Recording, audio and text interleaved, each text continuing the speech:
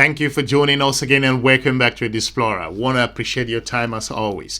Here we talk geopolitics on how the continent of Africa engaged strategic partner. In this episode, I want to look at the second most important interview that was conducted by the former ambassador of the country of South Africa, the United States of America, Mr. Ibrahim Rasool. It's important to note that the ambassador, Mr. Rasool, had this exclusive interview with the TRT World television station, and you could not imagine what he said there. It's important that I really want to watch this interview together with you, and we look at the analysis and look at perspective. The country of South Africa is going through an incredible period with regards to its global relationship, and it's important. South Africa led the delegation to Russia, Ukraine, that tried to broker a peace deal with regards to these two countries. South Africa is a vital country in the continent of Africa at the moment, irrespective of your viewpoint with regards to South Africa. South Africa is a major economy in the continent of Africa, a big voice in the global south, and South Africa's relationship with the United States of America has come under question. It hits the bottom at this particular time. However, the South African government and officials have said they are ready to work alongside the United States in terms of trade development. However,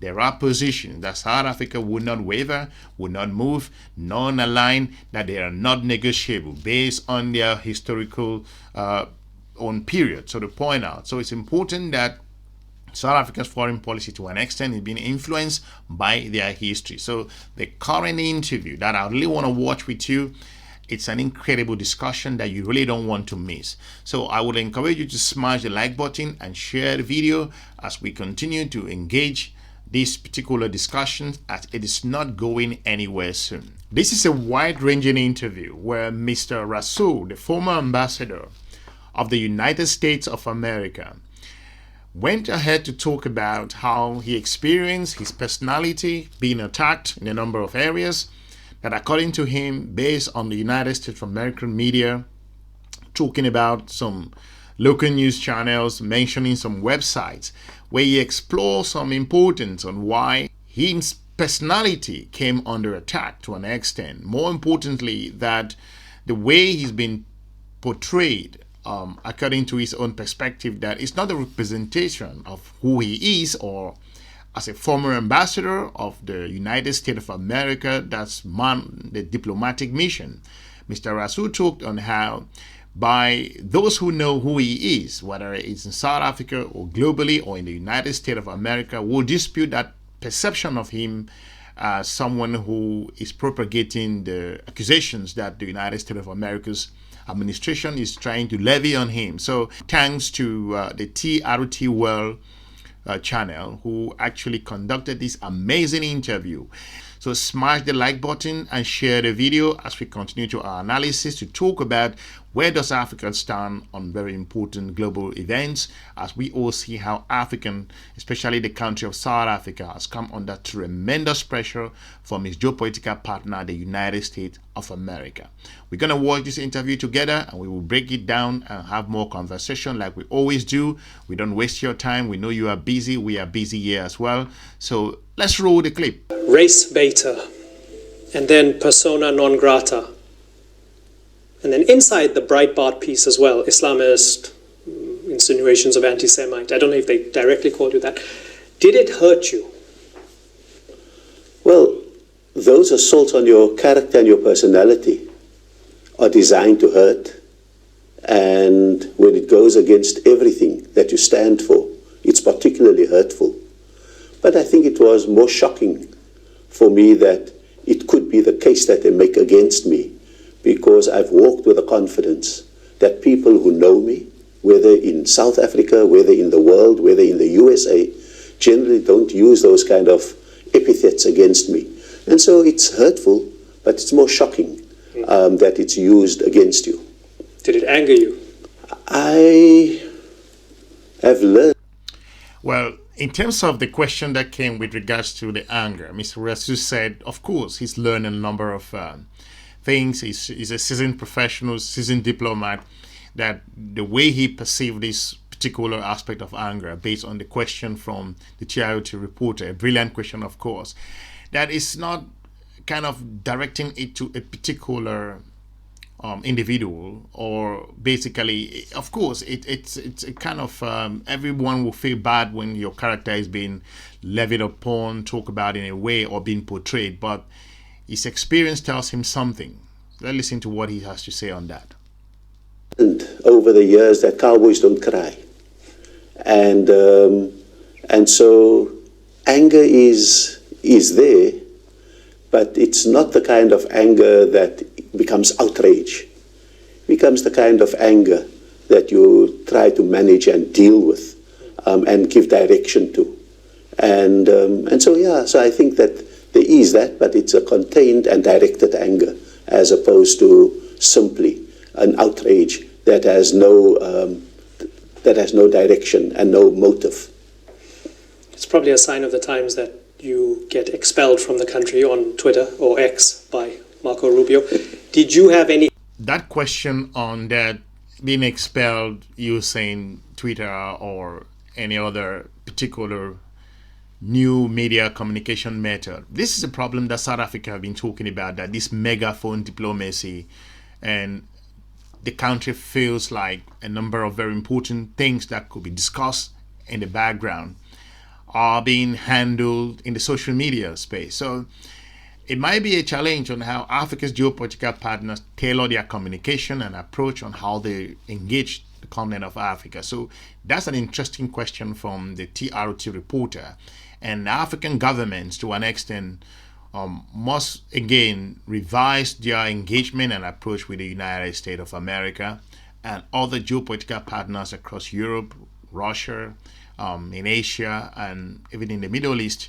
More importantly, in this case, the United States of America.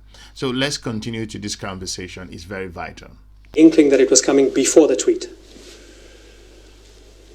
I knew that I was in a very tenuous and vulnerable position from the moment I was announced as the candidate for ambassador by the presidency. That's the day that the assaults started.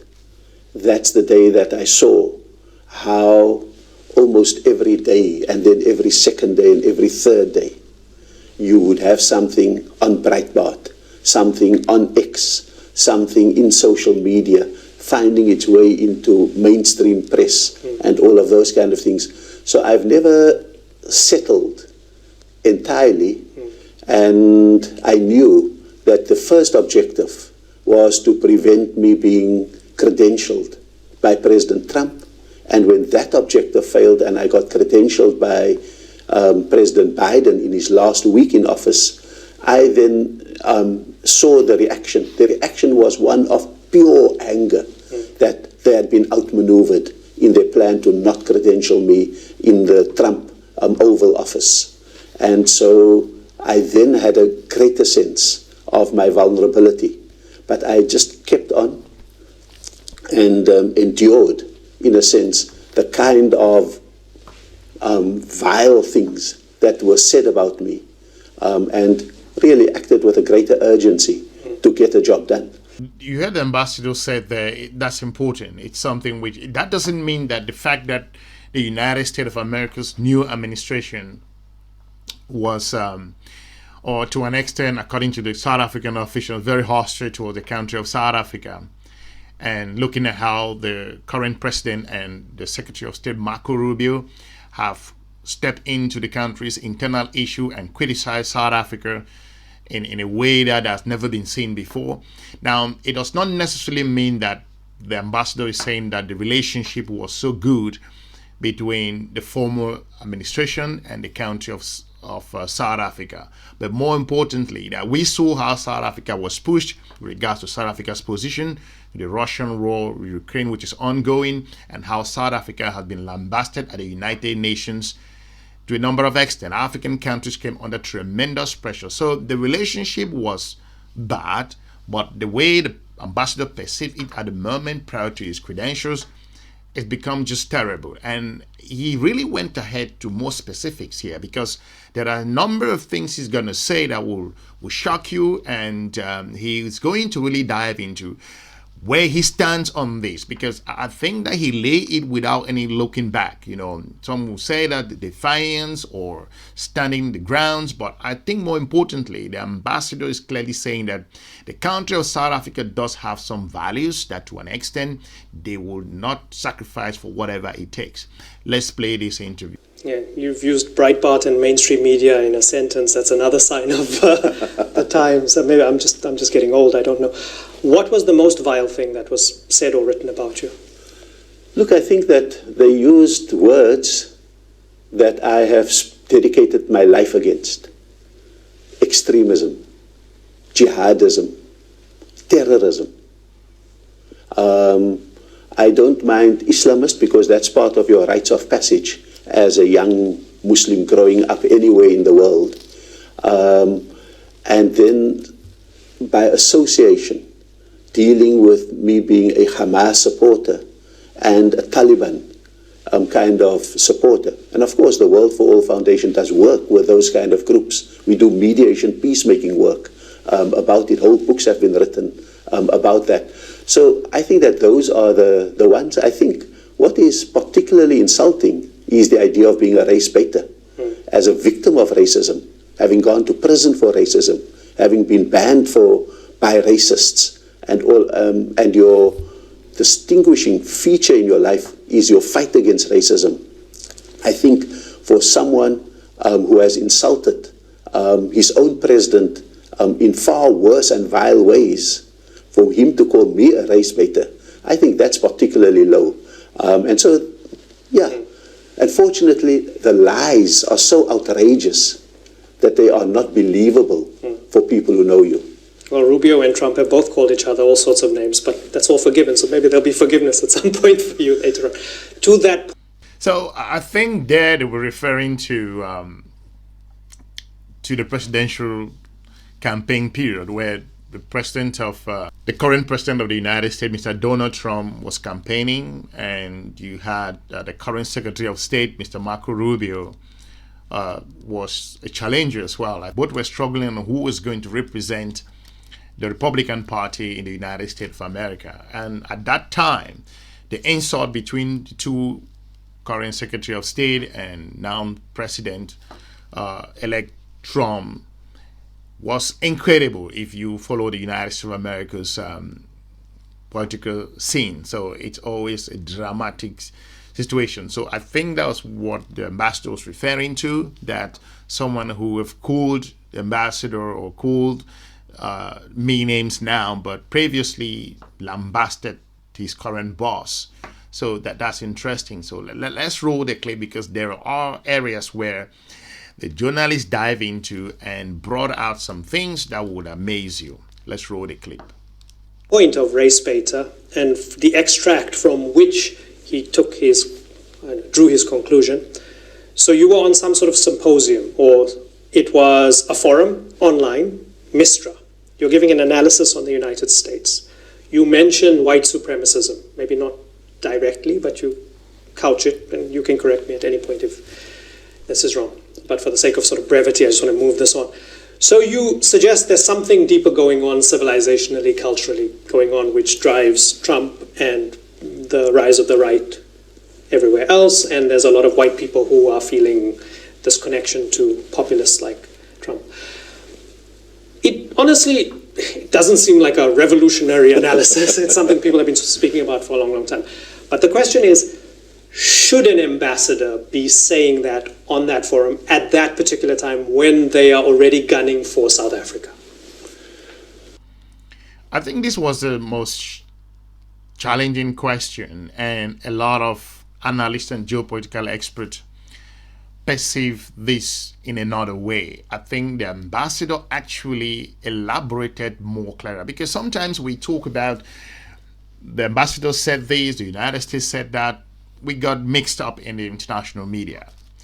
But interviews like this give us a closer look, like what we do here at Explorer. We look into specifics on how Africa engaged strategic partners from around the world.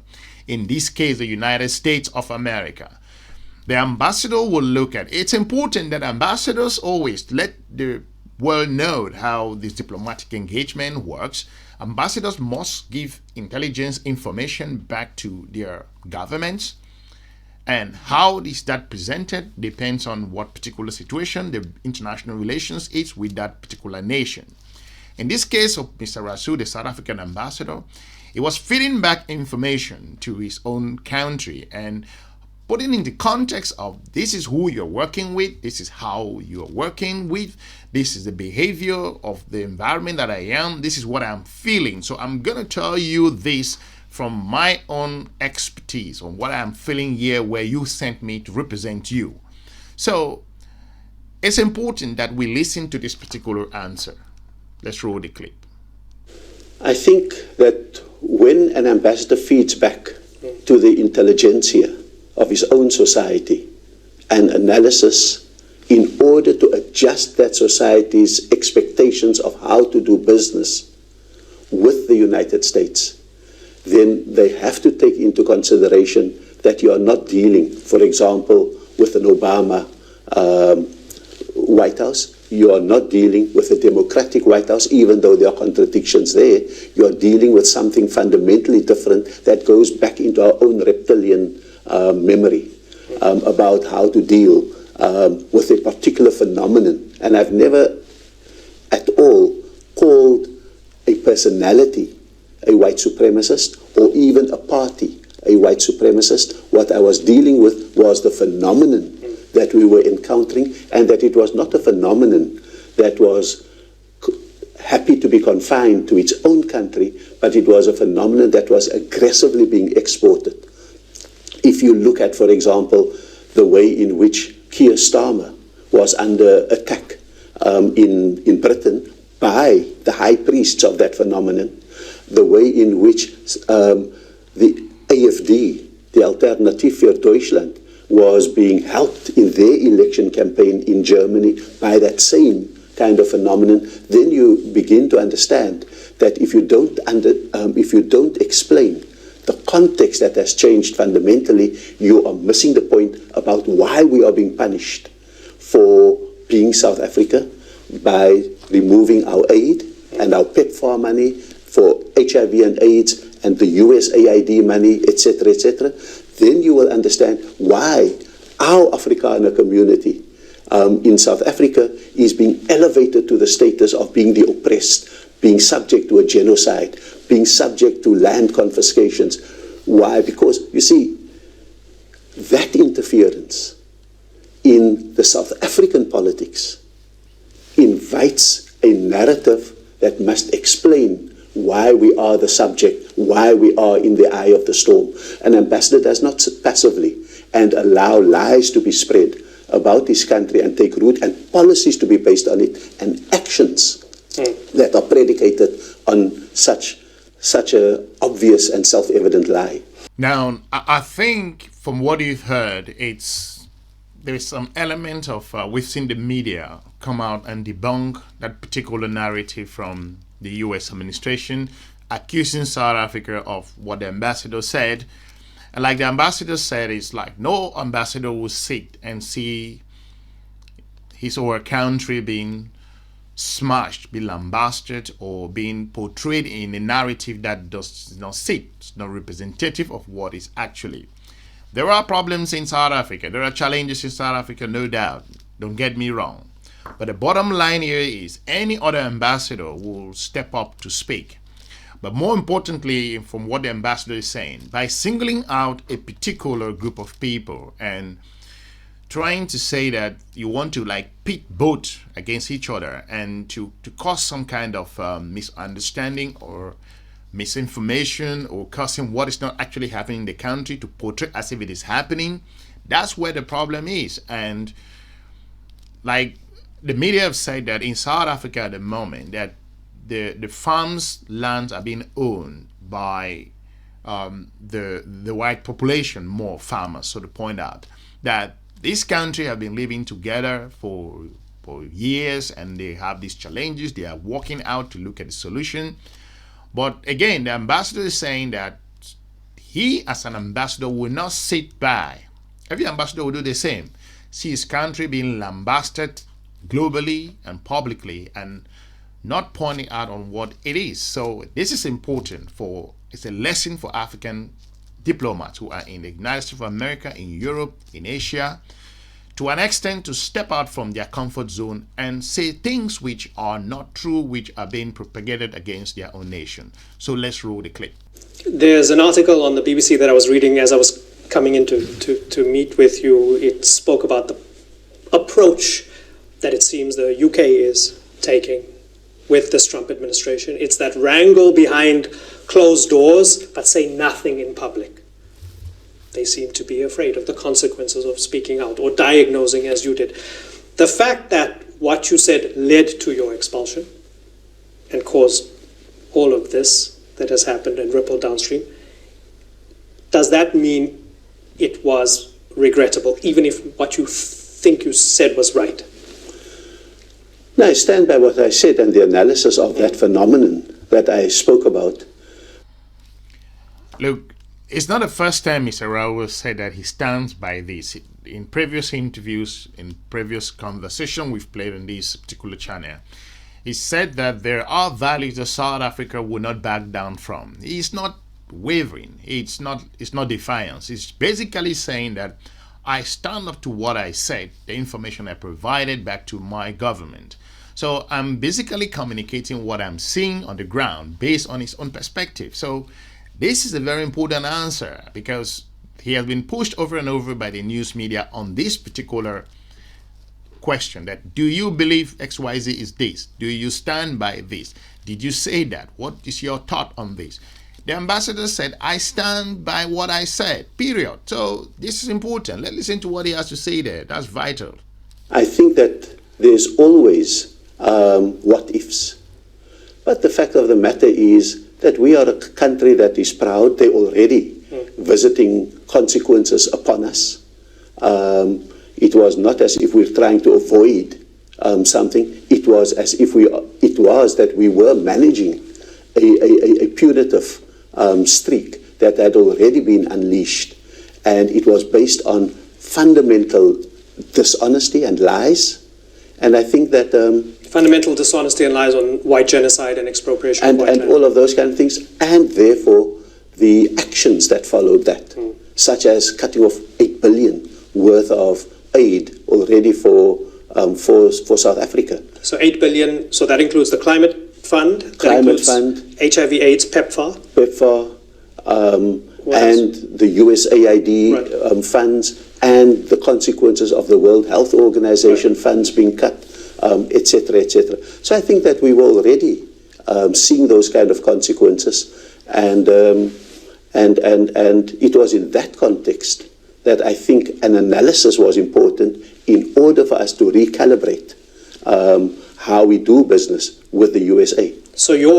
Let me just add on to that. The PEPFAR issue, the USAID, the other programs that the ambassador pointed out, South Africa has always come under tremendous pressure. Looking at AGOA, maybe they forgot that in this discussion, talking about taking positions between Russia and the country of Ukraine. We saw that under the Joe Biden administration, and a whole lot of other important things. We've seen the United States of America senators send letters to even previous President Joe Biden to sanction the country of South Africa. And we've seen letters being sent even to the current administration asking them to remove South Africa from AGOA. For those of you who don't know what AGOA is, it's the African Growth and Opportunity Act. We've covered that on this channel. If you want to know more, go back. This is an important special arrangement, trade arrangement that's between the country of sub-Saharan African nations and that of the United States to ship products back and forth. So it's important what he's saying here, because this goes, like he said, it's not about me, it's about the relationship between South Africa and the country of the United States of America. Do you feel your analysis has been vindicated by how they reacted? My analysis was elicited by the action. That throughout those actions, we've been very conventionally diplomatic, smiled through the lies, smiled through the actions. Who were you talking to during your diplomatic meetings while you were there? No, I've reached over 20 offices of Congress members and senators, the think tanks, the business associations, where there were some people in place in the administration, we were reaching to them. But by and large, I think that the eliciting of that response also had to explain why that administration could not pick up a simple call from our principals to say congratulations for being elected on your post. Oh, interesting. There's this impression given that you were barred from the real serious meetings because the Trump administration didn't want to meet with you. Is that accurate? I think that was the initial case until we were able to penetrate some of those. And you say smile through the lies. Did they believe that there's a white genocide and that this expropriation is happening exclusively of Afrikaner white land? Did they truly believe it, or was it just something that they were sort of aligned with because the administration was going on? I think for the most part.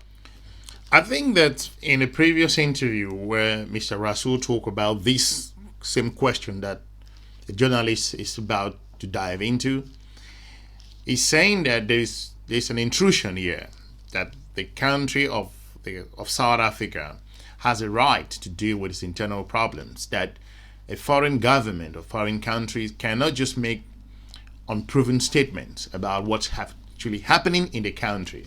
And this, to an extent, has angered South Africa's government, administrations, that they have just laughed over this particular relationship, which has been one-sided to an extent. The megaphone diplomacy that he's talking about to an extent, that by just making those statements, it doesn't go ahead to tie to what the global media have been talking about or the experts on the ground. We've seen South African officials come on air to debunk that particular narrative. We've seen expert researchers, professors, doctors, we've had them on this channel to talk about this. And they've come out and said that media personalities said that this is not what is happening at the moment. Again, South Africa have a challenge that is currently dealing with in terms of the land preparation. But for this international or another government or another officials to single out and talk about an issue which, according to the ambassador, is not a representative of what is going on in the country, that should be dismissive to an extent. So let's listen to how we approach this particular part of the question. It was something that they were aligned with, but not something that they could really believe or understand. But in your very kind of hard MAGA influence groups, this was not simply believed, but it was necessary to a narrative that whites are endangered, and that that there was a need for a white reaction to the world, a reassertion of whiteness in the world, and hence the idea that if you didn't name the phenomenon, you would miss it, because we were dealing with a very interesting intersection of whiteness in the USA and whiteness in South Africa. And a touch point seems to be Elon Musk. Could I any think of this... it's more than touch points, it's overlaps. Tell me. It's intersections. Because it's not an accident that prominent former South Africans were prominent MAGA engineers. And so when something has a hinge, it begins to look like a door. If it has two hinges and a handle, it begins to act like a door. If it opens and closes, it is a door. And so the fact of the matter is, that's the phenomenon that we are dealing with. And it was particularly important for the South African intelligentsia, who may have thought conventional diplomacy is the way. It's to ring the danger bell that we are in the crosshairs for who we are as South Africans and what we represent in the world, and the danger that we pose to a particular self-imagination of whiteness that I think was coming out of the USA. On the self-imagination, I think that is incredible illustration and how he perceived that part of his analysis. I think it is important to understand that, according to the ambassador, if it works like a dog, if it quacks like a dog, if it winks like a dog, if it plays like a dog, according to him, it's a dog. So like I said, geopolitics, it's a brutal game.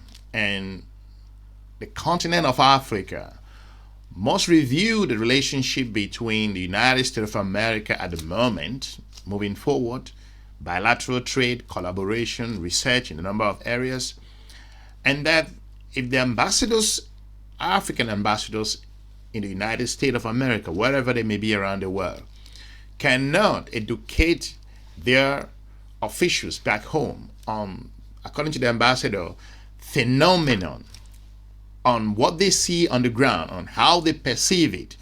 If the other side can perceive you in another way and you also feel you cannot perceive on the way you look at them and it doesn't fit to your values, in this case in South Africa, then there is a problem, there is a mismatch. Then you may be engaging from a strategic point of diplomacy and relationship where it's not a representative of that, and that may cause mixed signals and the relationship will crack to an extent. So this is an important aspect regards to this interview.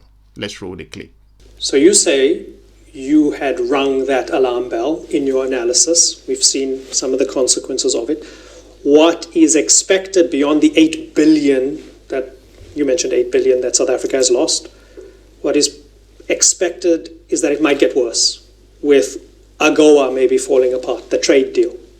South Africans heavily reliant on it, not only for agricultural goods, but also car parts and so on. So how does President Ramaphosa deal with this? How does this administration deal with it? You've rung the alarm bell, so what does it mean? How do they engage with the US when it seems as if the punishment's coming anyway? And that's exactly it. And so maybe drawing attention to a preset agenda is sometimes the best way to prevent that agenda from unfolding. And so I think I remain absolutely committed to a relationship with the USA, but not in a starry-eyed way, in an open, clear-eyed way, that we must understand who we are dealing with. I think that's what the ambassador has said over and over, because it might be total misconception out there that he's not propagating for a relationship between South Africa and the United States. No, the ambassador has said it over and over. Even when he arrived at the airport in South Africa, he said that the workers of the country of South Africa's life and livelihood depends on the AGOA.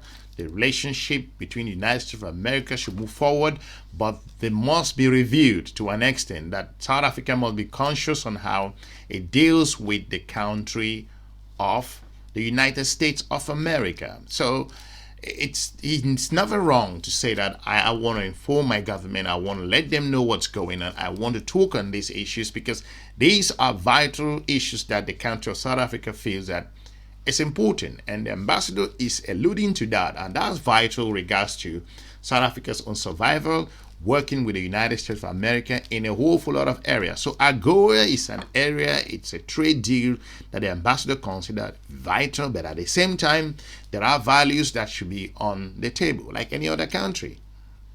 That I think we must be able to understand what are our bottom lines beneath which we will not go, because I think that part of that entire imagination is the particular anger at South Africa for what it meant for the International Court of Justice and South Africa's charges of genocide against Israel. And so if you don't understand the idea that South Africa is seen as impudent for having thought that they could do that, and actually then having done it, and then sending an ambassador who says, my bottom line is that this is not negotiable, then you begin to understand why jihadist, Islamist, terrorist becomes absolute, Hamas supporter becomes absolutely crucial to deal with that ambassador, and to put a particular color that South Africa's case is not as human rights and values based as they think it is because there are people who have particular sympathies, who are driving that particular line. I mean, I remember when this was done with Naledi Pandor as well, pictures of her family on Eid and, you know, sort of suggesting this is why she supports Palestine. All that being said, is this your analysis again, or is it something that they actually told you? Did they say, take the ICJ case off the table, bend the knee, and then everything will be okay? That was a refrain from Democrat to Republican, particularly hard by MAGA. You won't even get past the door of trade for as long as the ICJ case. Did they say this to you directly? That's what I was told. I think that's a big revelation there, you know, and I think this is an important aspect that the ambassador is talking about, because this is strategic engagement here. South Africa is feeling the pressure from a whole lot of areas. And what Mr. Rasool is responding there, it goes back to the Russian-Ukrainian war, the current war situation in the Hamas and the Palestinian looking at Israel. And this relationship to an extent has hit rock bottom. And for the ambassador to come out to dive in, this was a brilliant question from the TRT reporter. And he really went ahead to ask that question, that were you told, were you informed on this aspect? Have you been told that this is the thing that will not work? No matter how you look at it, this is what we're going to be doing. Where do you stand on this? And where does South Africa, or if South Africa is not going to be doing XYZ, then we can do business with them.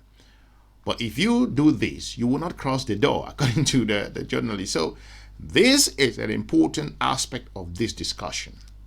Let's roll the clip. Won't even get through the discussions of trade. But, I mean, how does that work? Because as far as I understand, with even US allies like Spain and Ireland joining into the lawsuit at the ICJ, it seems as if the horse had bolted anyway. I don't know how the legal mechanisms work, but I mean, okay, South Africa went, South Africa was the first, but this thing has gone far and beyond South Africa. South Africa opened the door to that, right? So what even happens, I don't understand, if South Africa says, okay, hang on, we're pulling the lawsuit. What does that even do? I mean, I think it would still, whatever's going on at the ICJ might still continue without South Africa. No, I don't think it is even material that there are other countries involved. The one that brings the moral gravitas to the case is South Africa. The one that... Moral gravitas. I think that is because the journalists talk about Spain. They talk about other countries that supported that particular thing. But again, it goes back to why South Africa alone. So the ambassador brought that very important word, said the moral gravitas. So it's a strategic engagement that is on the line at the moment, and Africans are paying attention with regards to this relationship between the United States of America and the country of South Africa.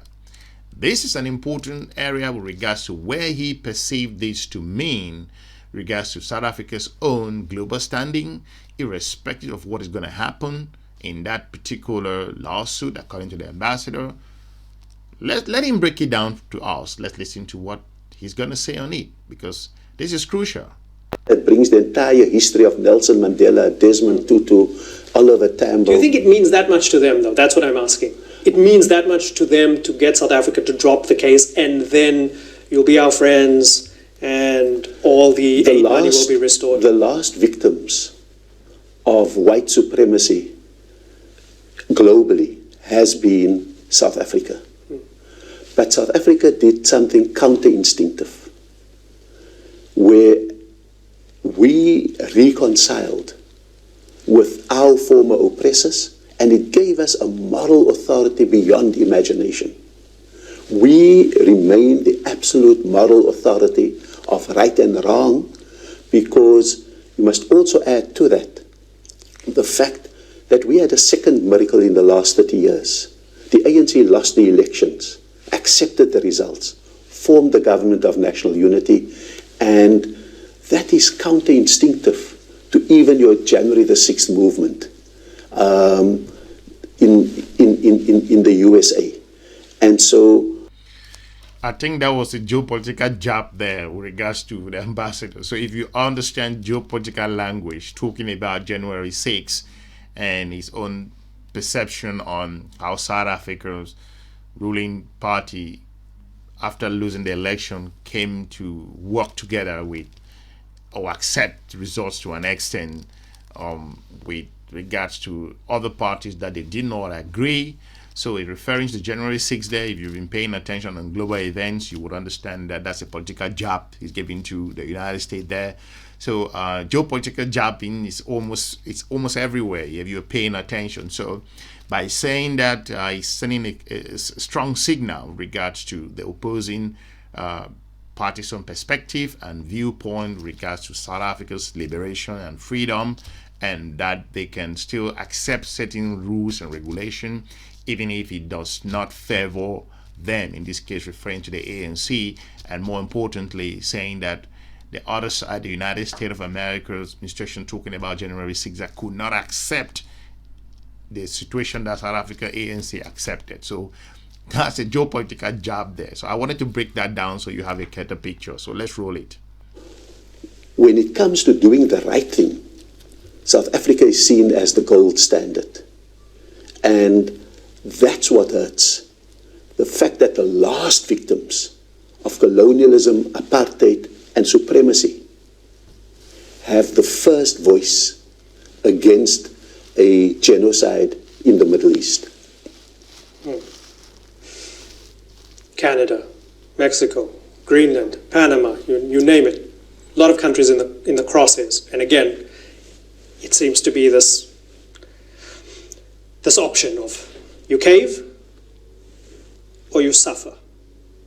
South Africa is already suffering economically as a result of what the US has done so far.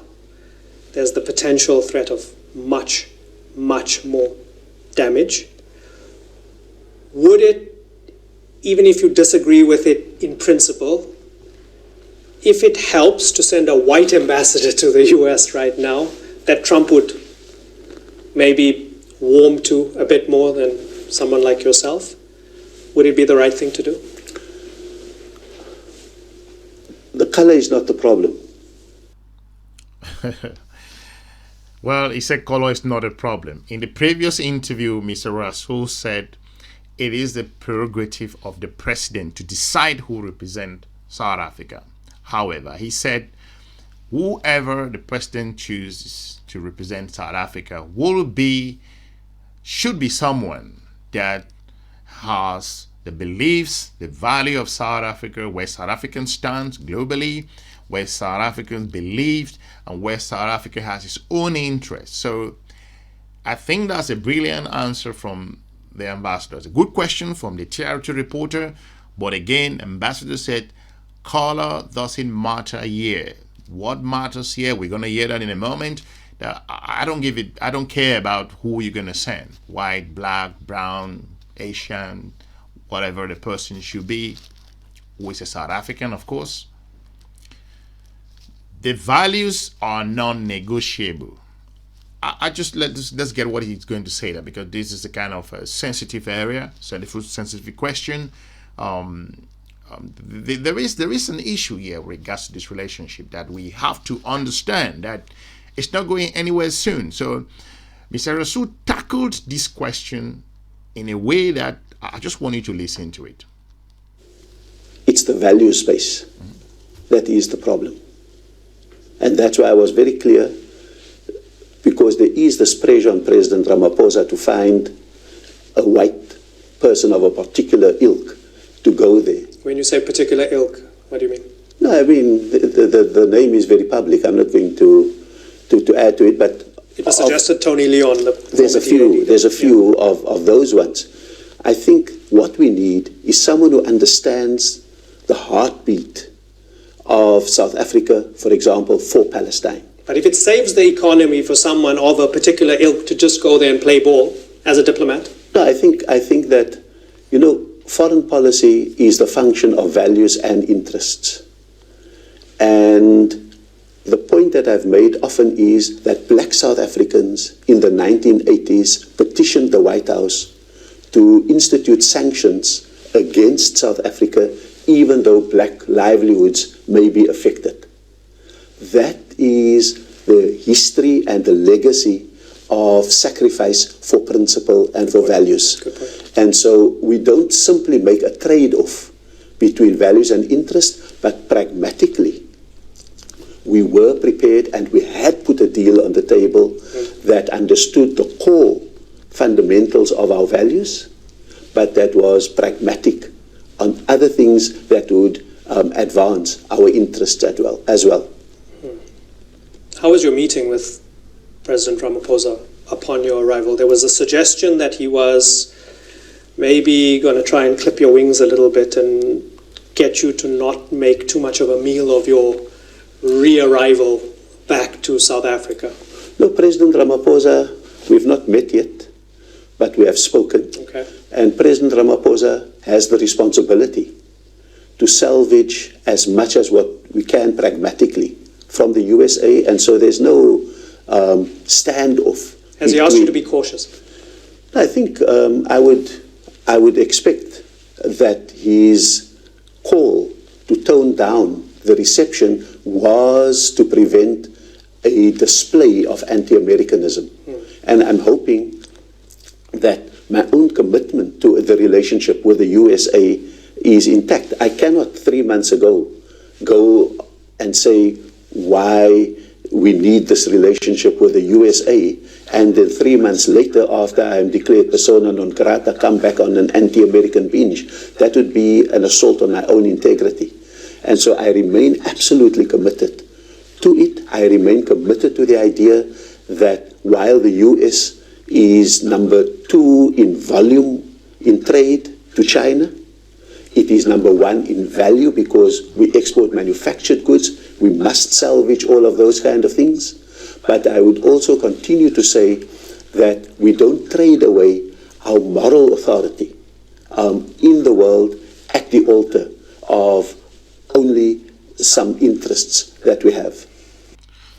I think that was a total view as we close this episode, because he said that again in the previous interview, that irrespective of that, the United States is an important trading partner for the country of South Africa.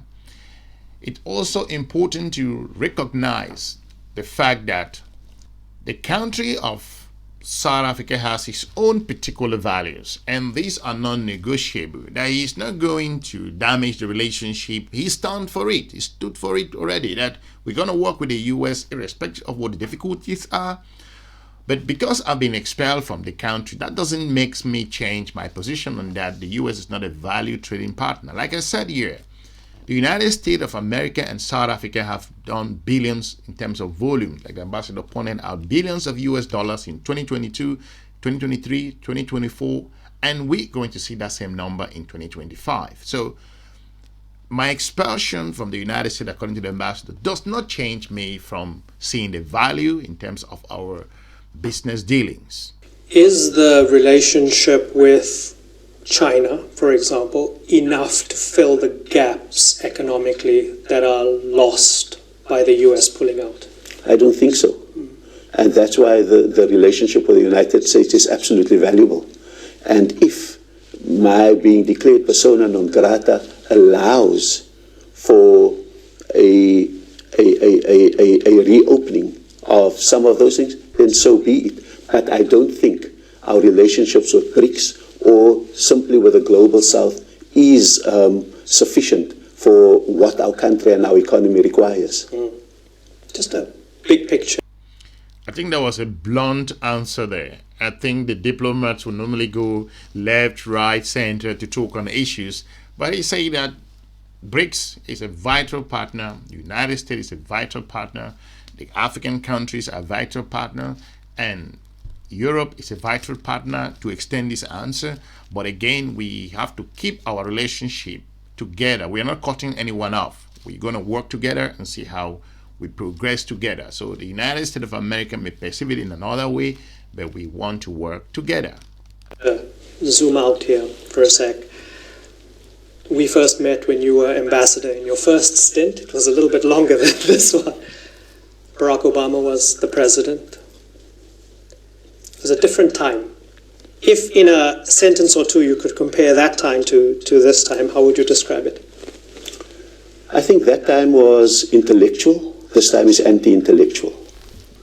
That time you could trade truth. This time you can't. And for instance, that time there was discomfort with positions I had taken, but later appreciation for the way in which I could play a moderating role, for example, on the Arab Spring. Right. And so that time, when the first Muslim Brotherhood delegation arrived in the USA, they came to dinner at my house, and the next morning I had dinner with some of the breakfast with some of the Obama people in order to frame the way in which some of those discussions could happen. That was uncomfortable. That was the diplomacy of Ubuntu, not conventional diplomacy. But there was an intellectual appreciation for the role that South Africa plays in the world, and that it can moderate an Islamist tendency in Egypt, Tunisia, and other places, and a mediating role.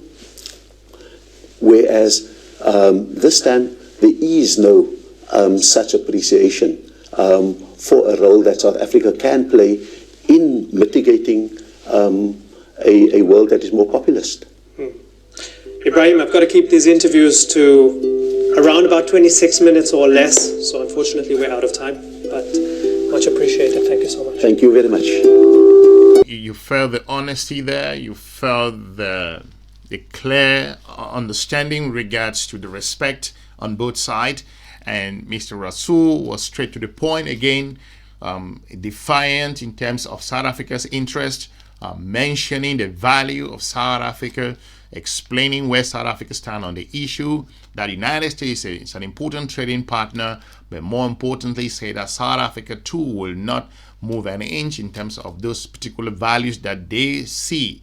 He talked about BRICS, that BRICS is a very important partner, but at this moment we're not going to let any partner. He talked about his image, his own personal perspective in terms of how the United States of America's website like Pragmatic and the rest looked at him. He talked how he brokered negotiations and peace deals with a lot of other groupings that he could work alongside the administration in Barack Obama's period, though it was not smooth. And also he gave an example, and the Joe Biden administration to an extent that were not smooth. But more importantly, he said that he was making progress during the current president's administration in terms of amending the relationship between South Africa and the country of the United States of America. But more importantly, that this has been a challenge with regards to this particular relationship. However, we all going to be looking at how this relationship move forward in the years or the decades to come. I want to thank you for watching. We appreciate TRT World for this extensive interview, and for those of you who really want to watch the interview again, you can go back there. But if you're new here, we encourage you to watch some of our informative videos on this YouTube channel. We are looking forward to meeting you soon in our next analysis. Have a wonderful day. Bye-bye.